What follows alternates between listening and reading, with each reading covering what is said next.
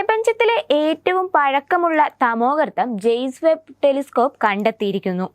1370 കോടി വർഷങ്ങൾക്ക് മുൻപ് സംഭവിച്ചതെന്ന് കരുതപ്പെടുന്ന ബിഗ് ബാങ് പൊട്ടിത്തെറിക്കു ശേഷം 40 വർഷങ്ങൾ പിന്നിട്ടപ്പോഴാണ് ഈ തമോഗർത്തം ഉണ്ടായത്.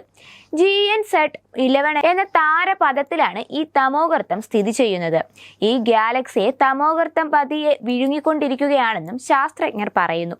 ഭൂമിയിൽ നിന്ന് ഏറ്റവും കൂടുതൽ അകലത്തായി സ്ഥിതി ചെയ്യുന്ന അതിപീഡെ തമോഗർത്തത്തെയും ജെയിംസ് വെബ് ടെലിസ്കോപ്പ് കണ്ടെത്തിയിരുന്നു. ലോകത്തെ ഏറ്റവും കരുത്തുറ്റതും മിഴിവുറ്റതുമായി പരിഗണിക്കപ്പെടുന്ന ജെയിംസ് വെബ് ടെലിസ്കോപ്പ് സിർസ് 1019 എന്ന താരപഥത്തിലാണ് ഈ അതിപീഡ തമോഗർത്തം കണ്ടെത്തിയത്.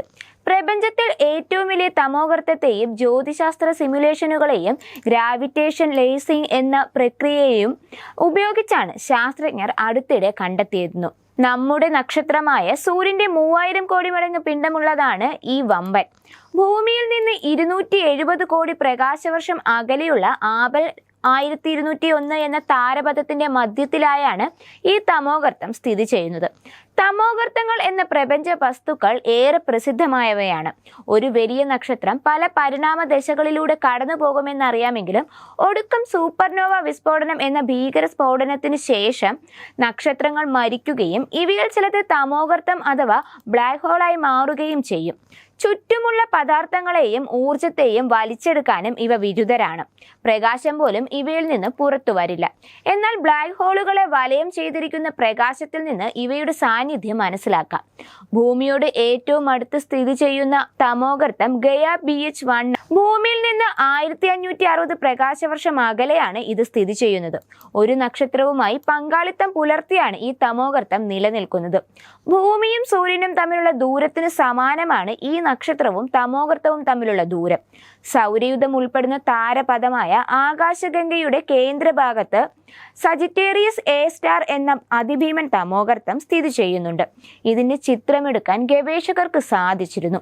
ചന്ദ്രന്റെ ഉപരിതലത്തിലുള്ള കൊച്ചു കല്ലിന്റെ ചിത്രം ഭൂമിയിൽ നിന്ന് എടുക്കുന്ന അത്ര ദുഷ്കരമായ പ്രവൃത്തിയാണിതെന്ന് അന്ന് ശാസ്ത്രജ്ഞന്മാർ ഉപമിച്ചിരുന്നു.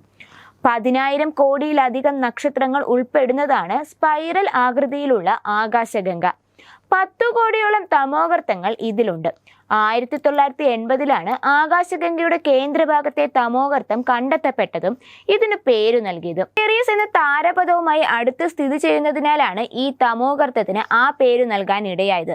സജിറ്റേറിയസ് A സ്റ്റാറിന്റെ കണ്ടെത്തലിന് റെയ്നാർഡ് ഗെൽസൽ, ആൻഡ്രിയ ഗെസ് എന്നിവർക്ക് പിൻകാലത്ത് നോബൽ സമ്മാനവും ലഭിച്ചിരുന്നു. നക്ഷത്രങ്ങളുടെ പരിണാമ ദശയ്ക്കൊടുവിൽ സൂപ്പർനോവ വിസ്ഫോടനത്തിനു ശേഷം പിണ്ഡമേറിയ നക്ഷത്രങ്ങൾ തമോഗർത്തങ്ങളായി മാറാറുണ്ട്. എന്നാൽ ഇവയിൽ പലതും ശരാശരി മധ്യനിര തമോഗർത്തങ്ങളാണ്. അതീവ പീഡമുള്ള സൂപ്പർമാസീവ് ബ്ലാക്ക് ഹോളുകൾ സംഭവിക്കുന്നതെങ്ങനെയെന്നും തർക്ക വിഷയമാണ്. മധ്യനിരയിലുള്ള തമോഗർത്തങ്ങൾ ചുറ്റും നിന്നും പദാർത്ഥത്തെയും ഊർജത്തെയും സ്വീകരിച്ച് വളരുന്നതാണ് ഇതെന്ന് ചില ശാസ്ത്രജ്ഞർ പറയുന്നുണ്ട്. 2 അതിലധികമോ ശരാശരി തമോഗർത്തങ്ങൾ തമ്മിൽ കൂടിച്ചേർന്ന് സൂപ്പർമാസീവ് ബ്ലാക്ക് ഹോളുകൾ ഉണ്ടാകുമെന്നാണ് മറ്റു ചില ശാസ്ത്രജ്ഞന്മാർ പറയുന്നത്.